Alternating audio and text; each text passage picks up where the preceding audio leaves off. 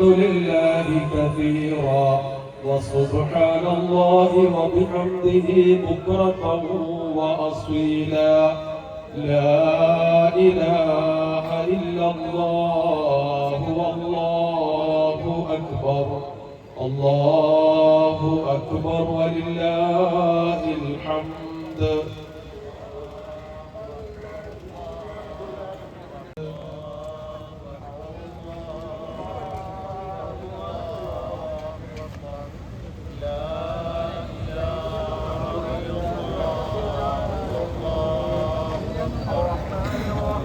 لله كثيرا وسبحان الله وبحمده بكرة وأصيلا لا إله إلا الله والله أكبر الله أكبر ولله الحمد.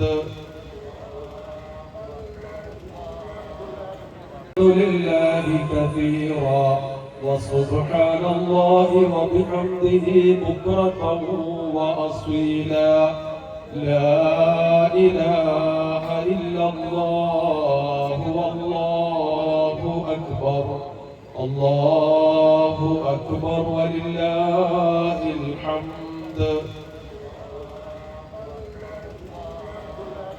لله كثيرا وسبحان الله وبحمده بكرة وأصيلا لا إله إلا الله والله أكبر الله أكبر ولله الحمد. لله كثيرا وسبحان الله وبحمده بكرة وأصيلا لا إله إلا الله الله أكبر الله أكبر الله أكبر. بسم الله الرحمن الرحيم. الحمد لله رب العالمين. بسم الله الرحمن الرحيم. سبح اسم ربك الأعلى الذي خلق فسوى والذي قدر فهدى.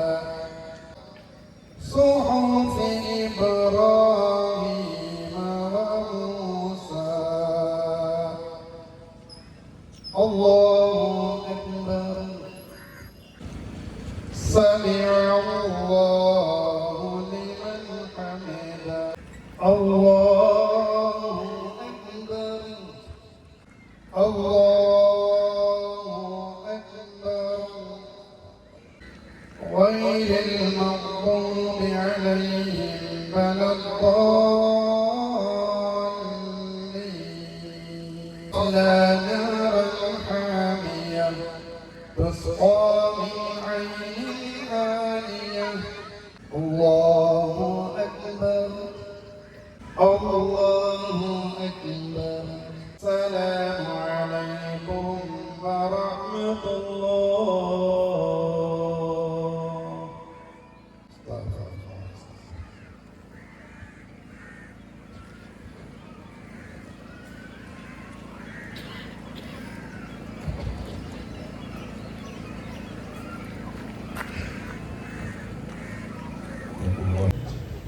കഴിഞ്ഞ ഒരു മാസക്കാലം വ്രതത്തിൻ്റെ ഉപവാസത്തിൻ്റെ നോമ്പിൻ്റെ മാസമായിരുന്നു നമുക്ക്. ദൈവത്തിൻ്റെ സൃഷ്ടികളിൽ വ്രതം എന്ന് പറയുന്നത് മനുഷ്യൻ മാത്രം ആചരിക്കുന്ന, മനുഷ്യൻ മാത്രം പ്രാക്ടീസ് ചെയ്യുന്ന ഒരു അനുഷ്ഠാനമാണ്, ഒരു രീതിയാണ്. മനുഷ്യന്റെ ആത്മാവ് വഹിക്കുന്ന വാഹനമാണ് ശരീരം എന്ന് പറയുന്നത്. അവന്റെ റൂഹ്, അവന്റെ ആത്മാവ്, ആ ആത്മാവിനെ പേറുന്ന ആത്മാവിനെ വഹിക്കുന്ന വാഹനമാണ് ശരീരം. അതുകൊണ്ട് തന്നെ മെരുങ്ങാത്ത കുതിര തേരിനെയും തേരാളിയെയും നശിപ്പിക്കുന്നത് പോലെ വഴങ്ങാത്ത മെരുങ്ങാത്ത ശരീരം ആത്മാവിനെ നശിപ്പിച്ചു കളയും.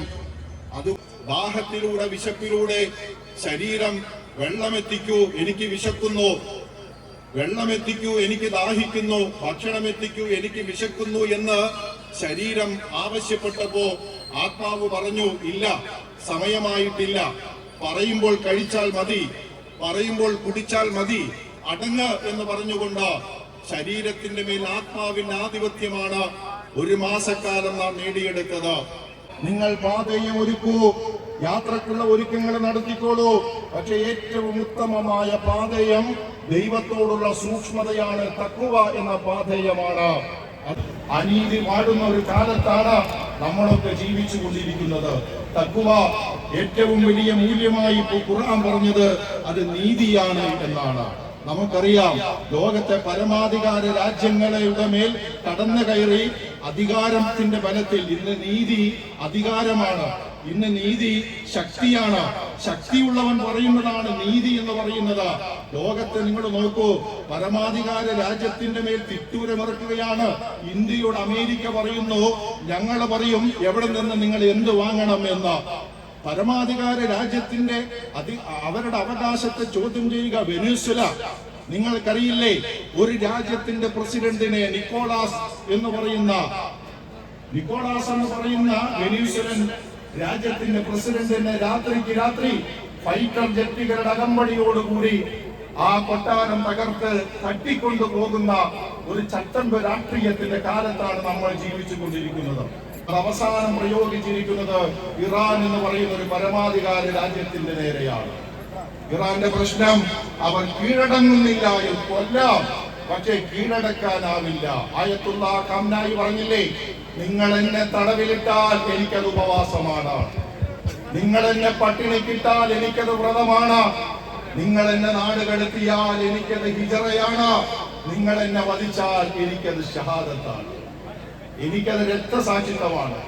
ഈ നിർണായക ഘട്ടത്തിൽ ലോകത്തെ മുഴുവൻ രാജ്യങ്ങളുടെയും പരമാധികാരത്തെ ചോദ്യം ചെയ്യുന്ന സാമ്രാജ്യത്വ ശക്തികളുടെ നീതികേടിനെതിരെ നമ്മുടെയൊക്കെ ഉള്ളിലെ ധാർമ്മിക ബോധം ഉണരേണ്ട സമയമാണ്. സംസാരിക്കുന്നതിനു വേണ്ടി ബഹുമാനപ്പെട്ട MLA ആദരപൂർവ്വം ക്ഷണിക്കുകയാണ്.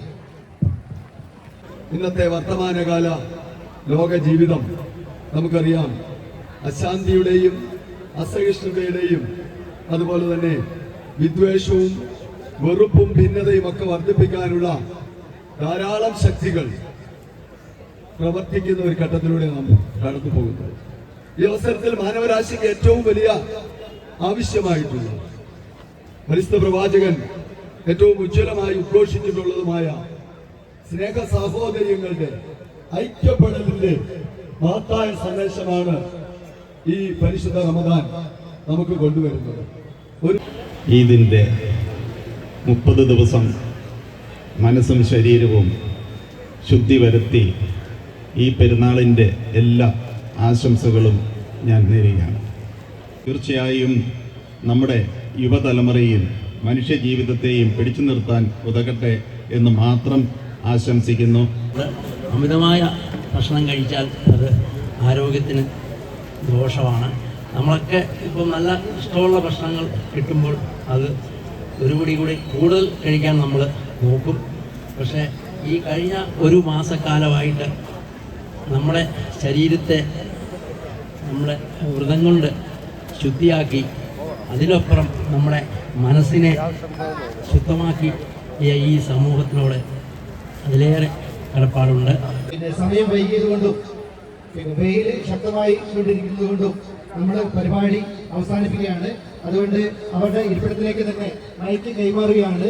അതുകൊണ്ട് ചെറിയ വാക്കുകളിൽ ആശംസ അർപ്പിച്ച് സംസാരിക്കാൻ വേണ്ടിയിട്ട് ഓരോരുത്തരും സ്വയം തയ്യാറായി സംസാരിക്കണമെന്ന് അഭ്യർത്ഥിക്കുകയാണ്. ശേഷം പെരുന്നാളിലേക്ക് കടക്കുന്ന ഈ അവസരത്തിൽ എല്ലാവർക്കും ചെറിയ പെരുന്നാളിൻ്റെ ആശംസകൾ നേരുവാൻ വേണ്ടി ഈ അവസരം വിനിയോഗിക്കുന്നു. എല്ലാവർക്കും ഇത് ചെറിയ പെരുന്നാളിൻ്റെ ആശംസകൾ നേരുന്നു. വളരെ സന്തോഷത്തോടു കൂടിയാണ് ഈ വേദിയിൽ കാരണം സംഘടനത്തിൻ്റെയും മറ്റുള്ള ഒരു മാസത്തെ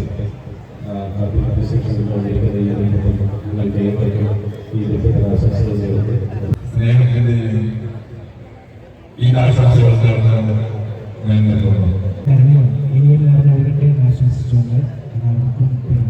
എല്ലാവർക്കും ചെറിയ പെരുന്നാൾ ആശംസകൾ നൽകുന്നത്.